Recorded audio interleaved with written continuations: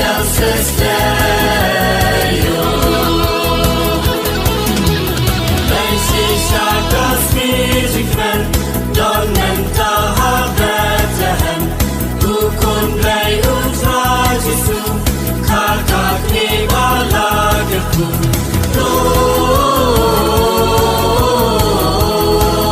Gloria in excelsis Deo.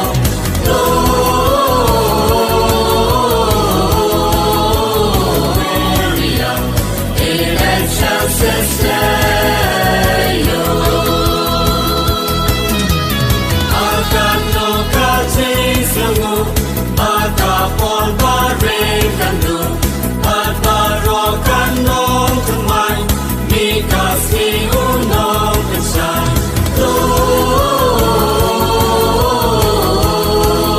Gloria in excelsis Deo.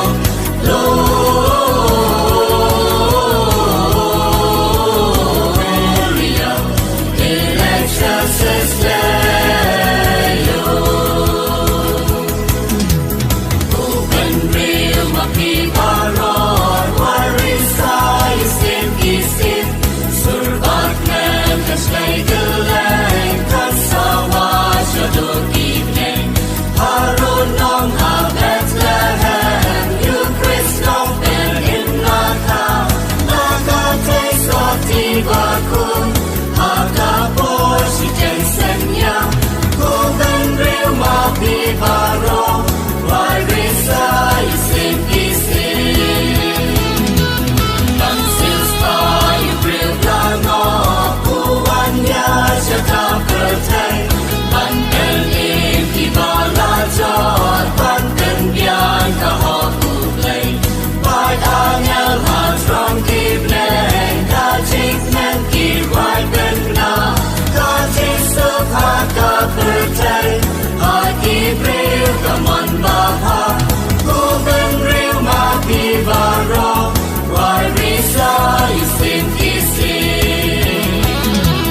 Cita-cita kami Sukin ut kepadasian Wala damar yang kerja Wadanut kibril kirkian Kami neta Surmayan kawasirhem Shashing ayung kunumplay Balaka Bethlehem One to one shashing all Nim by nim yaroyu play Daburong mo play and from Tambatik sukasa birthday Ikulong ityanganay Kapadan kanoy kaso Nyan kinjani ribipa Magpipray ikikitlor Agani damit kerku Nika Jesus mapula Anong rina Bethlehem Yang nong berim laka One to one siya sensing on Nin kway nin yaro you play Daburong mo play at from Tambat Jesus hasa birthday Ashing otas yang gustong Ikulong idemidya Jai musang say korim don Banyadan at jingay ta Marumo ityang ipo Dan syukaya lainay Kamarigat kisati Kabadak dajing ay One to one siya sensing on Nin kway nin yaro you play Daburong mo play and from Tambat Jesus hasa birthday Ikulong Jesus iwan Kajaka basay bansa Buda ay imun Tanggalod jong pihikwa Dito ay jinsun nagsin Lalo no to plesawa Ikulong galing ba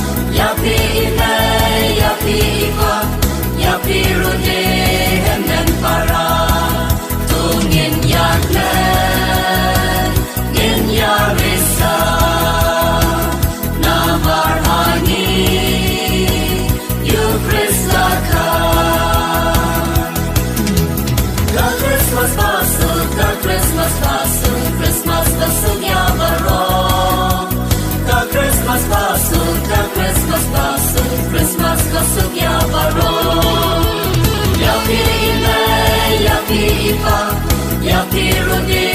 hangan para ya pi inai ya pi ipa ya pi rode hangan para